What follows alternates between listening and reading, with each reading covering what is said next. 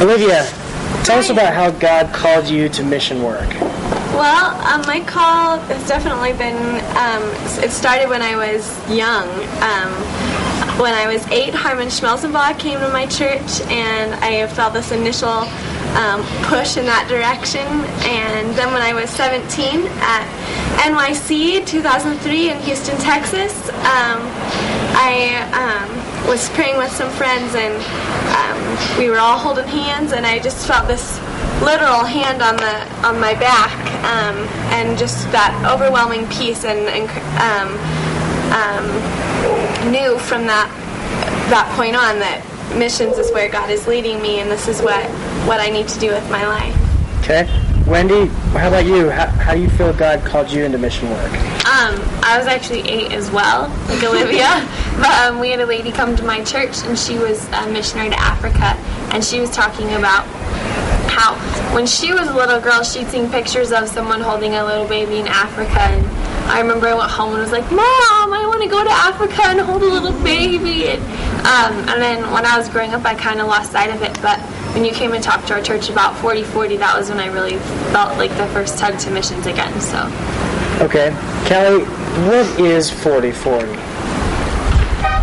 Well, in a couple words, 4040 is a group, are 40 young Americans single and 40 young Peruvians single coming together and just showing people God's compassion. And there are 7 regions we're working in Peru, and we each get to plant 3 churches in our pairs, and a total of 120 in the 3 years we'll be here. So, Andrew, when you heard about 4040, did you know instantly that this is where God wanted you to go? When I first heard about 4040, I've been really looking for a longer-term missions trip. So when I first heard about it, I had a feeling, and it just kind of developed from there, and here I am. Wendy? Yes. When I first heard about 4040, I didn't want to believe that I knew that was where I was supposed to go, but it was. So, I knew. And so what was the process for you to discover that? I spent a week arguing with God and praying, and by the end of the week I was just like, okay, God, you need to just show me where you want me to go, and I'm going to talk to Brent, because I know he's going to be at my church, and whatever he says, then I'll go from there. And when I talked to Brent, he's like, oh, this is perfect, can you leave by February? And that was in January, so I was like, okay. So. Olivia, did you know instantly that 4040 was for you? I did know instantly. So, tell us a little bit about... Well, I first heard about 4040 a year ago in Extreme 08 down in Argentina. You guys were presenting Extreme Amazonia, which was going to be in Brazil, and the 4040 project, you showed a video, and there was just guys. It was 4040 single young men, and so after the video, I raised my hand and asked, now, was that an oversight? Did you mean to just say men, or was that gender non-inclusive? And you said, no, it is for men. And I said, well, you got to change your plans, because God just told me I'm going. And so we did change our plans. Thank you. Callie, what about you? Did you know instantly that 4040 was the right thing for you? No. A lot of people after Brent came and spoke at our church came up to me and they're like, oh, this would be perfect. And I'm like, I can't go away for 2 years, no way.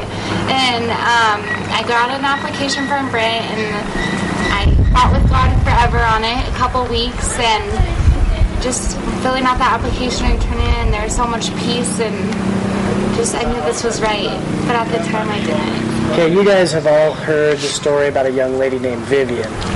Could one of you explain to everybody who Vivian is and what your ministry with her is going to be like? First of all, she's an amazing person.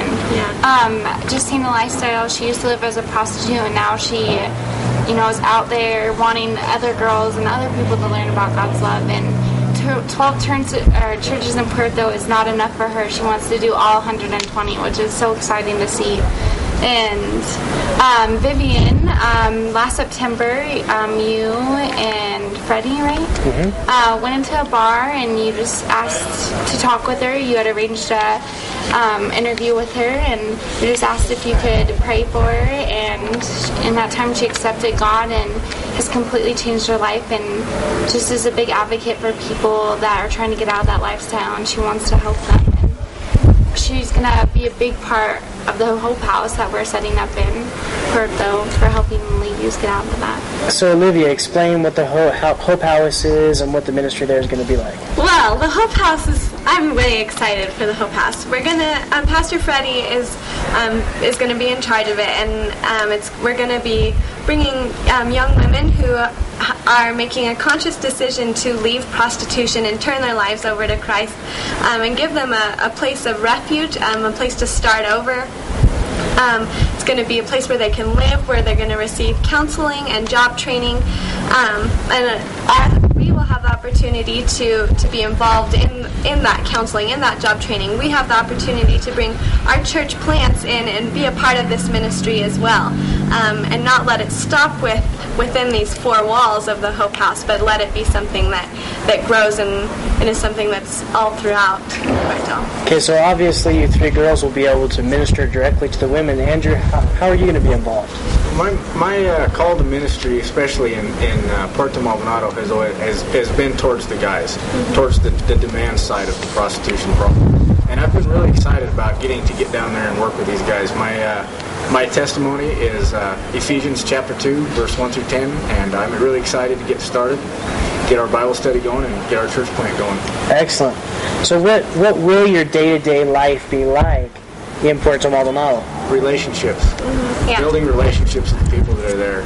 We're going to play with the kids and knock on people's doors and just dive into the community. Excellent. Okay, so what excites you most about going to the jungle, specifically Cali? Oh, I'm so glad you picked me. Because I think we're all looking forward to this, but we decided collectively as a group that we are going to pick up hunting animals by blow darts. It's going to be awesome. I'm really good at jaguar. She is going big. I was thinking Jaguar, monkey or something. Monkeys. Fish with a blowgun. Okay. in the Amazon. Takes skills. It's going to happen. Sounds good. So what are some of the aspects of 4040 that you think will affect not just your time here, but the rest of your life? Well, I think that how close we're going to be emotionally and spiritually, a lot closer than you get to most people, because the situations that we go through are unique, and that we'll have to really just rely on each other and God, and that's really going to help us grow, and we'll have lifelong friendships, and also with our Peruvian partners. And I just think this whole experience of working with people that are in a different culture and doing all this amazing stuff for God is just going to be a huge impact on all of our lives. We're never going to be the same. Well, in our church plants, those will forever be a part of us. I mean, one day we're going to want to bring our families back to be like, hey, this is where it all started. It started by knocking on one door, and it's awesome just to see that. Yeah. So, Wendy, you mentioned your Peruvian partner. Right. Explain to us, are you guys excited about meeting your Peruvian partner? Oh my gosh, I'm so excited. So what is the relationship between the American 4040 and the Peruvian 4040, Andrew? Well, they're going to be helping us a lot with understanding the language, the culture. We're going to be relying on them a lot. And I think that the bond that we're going to develop with our 4040 partner is going to be the best brotherly bond that you can have. Sisterly. So each American will be paired with some Peruvian of the same gender, correct? Yes. Okay. Now, I know that Olivia and Andrew have both graduated college. Wendy and Callie, why not go to college before you do something like this? Why do we have to go to college before we do this?